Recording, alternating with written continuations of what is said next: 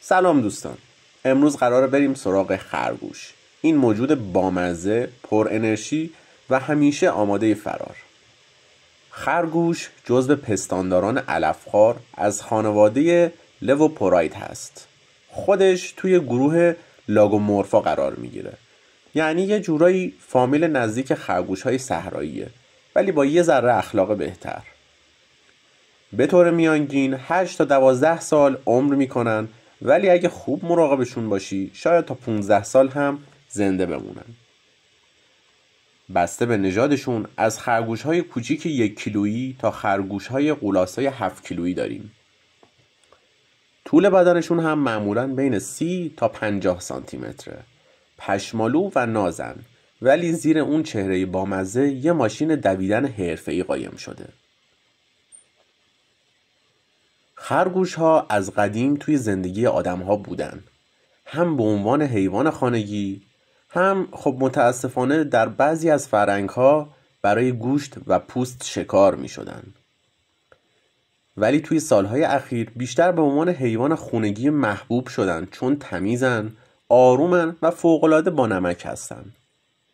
فقط یه هشدار کوچیک: اگه فکر میکنی خرگوش فقط میشینه و هویج میخوره، سخت در اشتباهی، چون اونها بی نهایت انرژی دارن. بیش از 30 نژاد شناخته شده از خرگوش ها وجود داره، از نژاد خرگوش هلندی با اون طرح سفید و سیاه معروفش گرفته تا فلیمش جاینت که یه خرگوش واقعی نیست، یه بالش متحرکه. رنگهاشون از سفید و کرم گرفته تا خاکستری، قهوه‌ای، مشکی و حتی ترکیبی.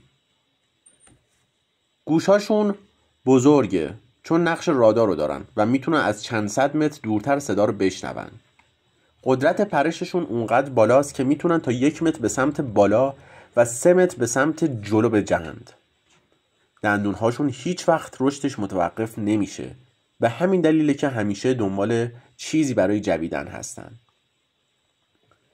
جالبه بدونی که این کوچولوها میتونن با پاهاشون زمین رو بکوبن تا به بقیه هشدار بدن. چند تا فکت جالب و فان راجع به خرگوش. یه خرگوش ماده میتونه توی سال تا 50 تا بچه رو به دنیا بیاره. برخلاف چیزی که کارتون ها نشون میدن، خرگوش ها عاشق یونجن، نه فقط هویج. اون دم سفید بامزه‌شون بهشون کمک میکنه توی دویدن مسیر خودشون رو حفظ کنن. و جالبتر این که بعضیاشون وقتی خوشحالن یه حرکت خاص به اسم بینکی میزنن، یعنی یه پرش ناگهانی با پیچ و تاب وسط هوا، شبیه به شادی بی حد و وصفه.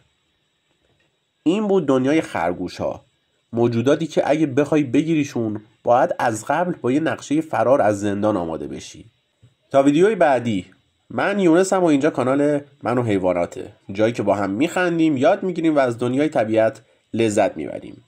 خیلی ممنونم که این ویدیو رو تا آخر دیدین. مثل همیشه اگه خوشت اومد از این کلیپ، لطفاً لایک و کامنت رو مرامی برامون بزن و اگر کانال رو ساب نداری لطفاً سابسکرایب کن تا ویدیوهای بعدی رو برات به نمایش بذاره. خیلی ممنونم، متشکرم، خداحافظ.